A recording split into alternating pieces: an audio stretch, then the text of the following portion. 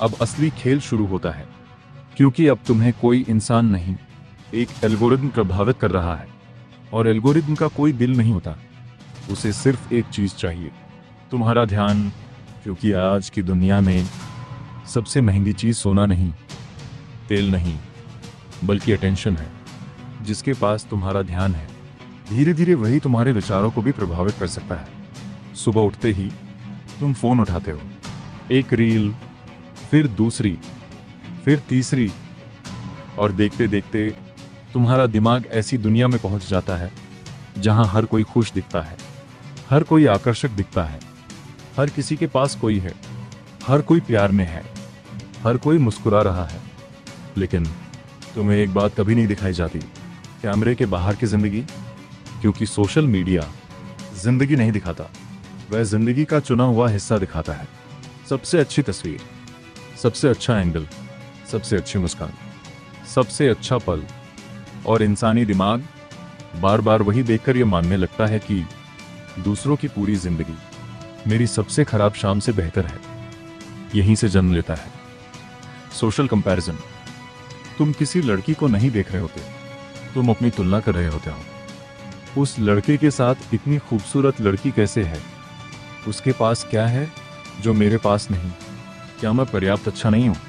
एक एक सवाल धीरे धीरे तुम्हारे आत्मसम्मान को खाता रहता है। और सबसे दिलचस्प बात, सोशल मीडिया तुम्हें रोकता नहीं, वह तुम्हें और दिखाता है। क्यों? क्योंकि प्लेटफॉर्म का उद्देश्य तुम्हें खुश करना नहीं, तुम्हें ज्यादा देर तक स्क्रीन पर बनाए रखना है।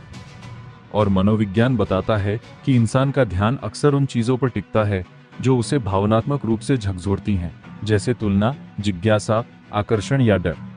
इसलिए तुम्हारी फीड में बार बार वही कंटेंट आता है जो तुम्हें स्क्रॉल करते रहने पर मजबूर करे।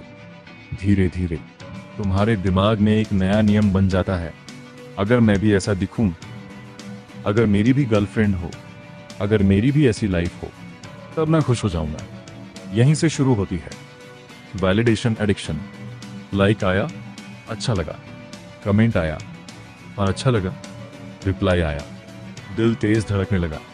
रिप्लाई नहीं आया तो बेचैनी शुरू। ये इसलिए नहीं तुम कमजोर हो, बल्कि इसलिए कि इंसानी दिमाग अनिश्चित इनाम, अनप्रेडिक्टेबल रिवॉर्ड्स पर बहुत तेज प्रतिक्रिया देता है।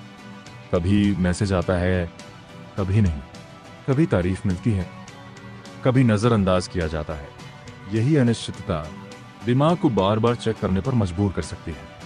शायद अब रिप्लाई आया होगा, शायद उसने स्टोरी देख ली होगी, शायद उसने मुझे नोटिस किया होगा।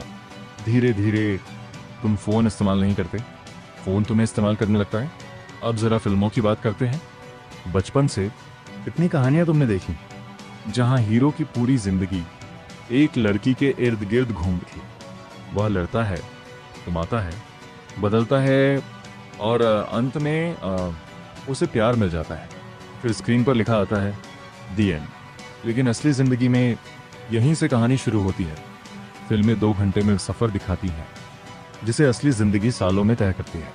समस्या फिल्में नहीं है, समस्या तब होती है जब हम उन्हें अपनी जिंदगी का नक्शा बना लेते हैं। जब हमें लगता है कि कोई एक इंसान आएगा और हमारी सारी खाली जगह भर देगा। लेकिन कोई भी इंसान तुम्हारी पहचान नहीं बन सकता, कोई भी रिश्ता तुम्हारे आत्मसम्मान की नींव नहीं बन सकता। क्योंकि जिस रिश्ते पर तुम्हारी पूरी पहचान टिकी होगी, उस रिश्ते के हिलते ही तुम भी हिल जाओगे। और यही कारण है कि कई लोग ब्रेकअप के बाद सिर्फ रिश्ता नहीं खोते, वे खुद को भी खोया हुआ महसूस करते हैं। अब एक और सवाल, क्या तुमने कभी ध्यान दिया है कि सोशल मीडिया पर सबसे ज्यादा कौन सा कंटेंट चलता है? Romance, breakup, crush, dating, jealousy, love quotes. क्यों?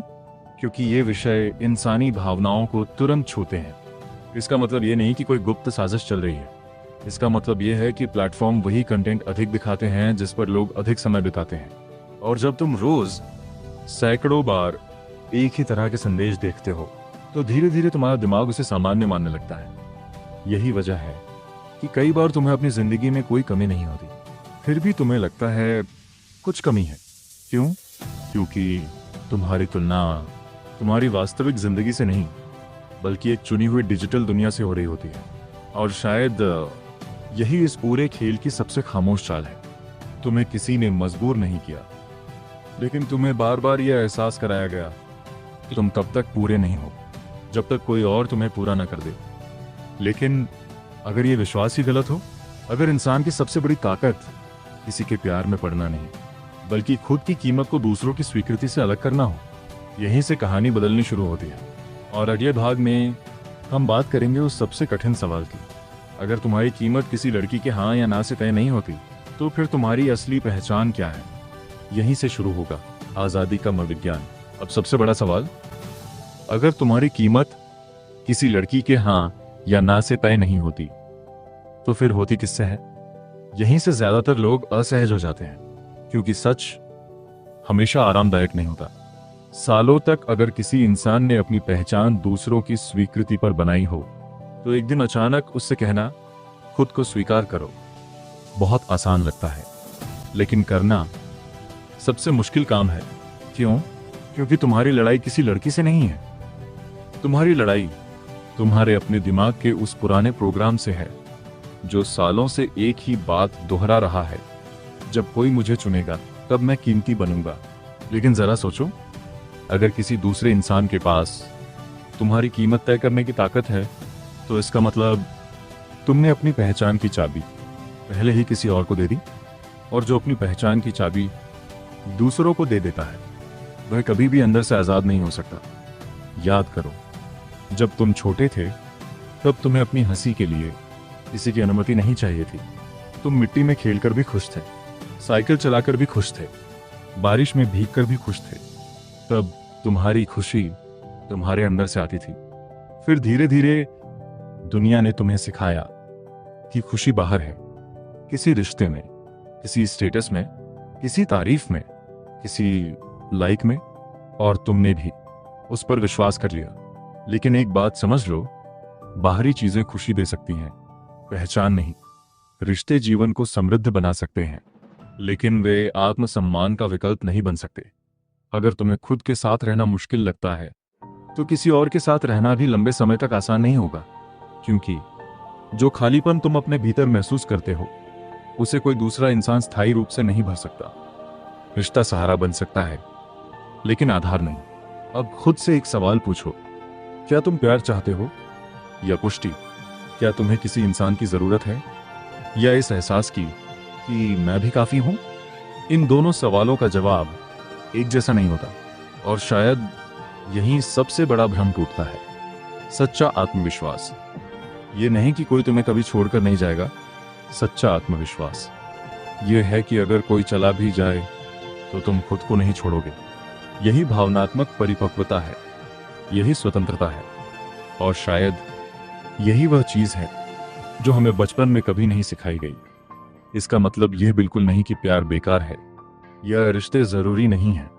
नहीं, प्यार इंसानी जीवन के सबसे सुंदर अनुभवों में से एक हो सकता है, लेकिन प्यार जरूरत और निर्भरता से अलग होता है।